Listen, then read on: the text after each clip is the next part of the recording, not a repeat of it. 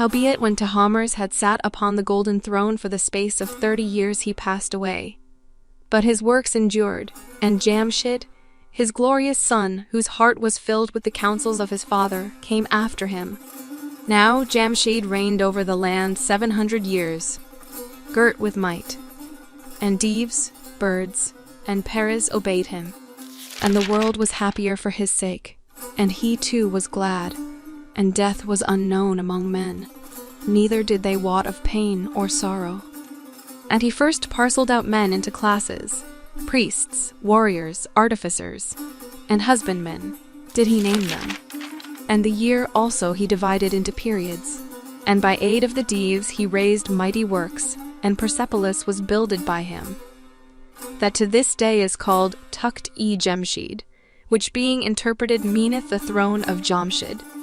Then, when these things were accomplished, men flocked from all corners of the earth around his throne, to do him homage, and pour gifts before his face, and Jamshid prepared a feast, and bade them keep it, and called it Nuruz, which is the new day. And the people of Persia keep it to this hour. And Jamshid's power increased, and the world was at peace, and men beheld in him naught but what was good. Then it came about that the heart of Jamshid was uplifted in pride, and he forgot whence came his weal and the source of his blessings. He beheld only himself upon the earth, and he named himself God, and sent forth his image to be worshipped. But when he had spoken thus, the Mubids, which are astrologers and wise men, hung their heads in sorrow, and no man knew how he should answer the Shah.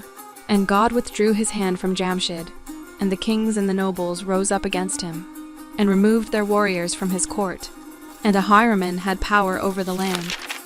Now there dwelt in the deserts of Arabia a king named Mirtas, generous and just. And he had a son, Zohak, whom he loved. And it came about that Ahriman visited the palace disguised as a noble, and tempted Zohak that he should depart from the paths of virtue. And he spake unto him, and said, If thou wilt listen to me, and enter into a covenant, I will raise thy head above the sun.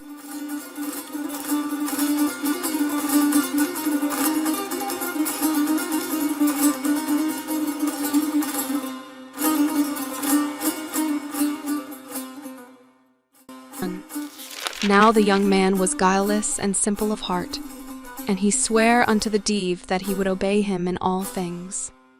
Then Ahriman bade him slay his father, for this old man, he said, cumbereth the ground, and while he liveth thou wilt remain unknown. When Zohak heard this, he was filled with grief, and would have broken his oath. But Ahriman suffered him not, but made him set a trap for Mirtas. And Zohak and the evil Ahriman held their peace, and Mirtas fell into the snare, and was killed. Then Zohak placed the crown of Thasus upon his head, and Ahriman taught him the arts of magic, and he ruled over his people in good and evil, for he was not yet wholly given up to guile. Then Ahriman imagined a device in his black heart. He took upon himself the form of a youth, and craved that he might serve the king as cook. And Zohak, who knew him not, received him well and granted his request, and the keys of the kitchen were given unto him.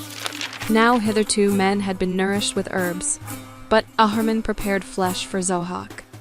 New dishes did he put before him, and the royal favor was accorded to his savory meats. And the flesh gave the king courage and strength like to that of a lion, and he commanded that his cook should be brought before him and ask a boon at his hands.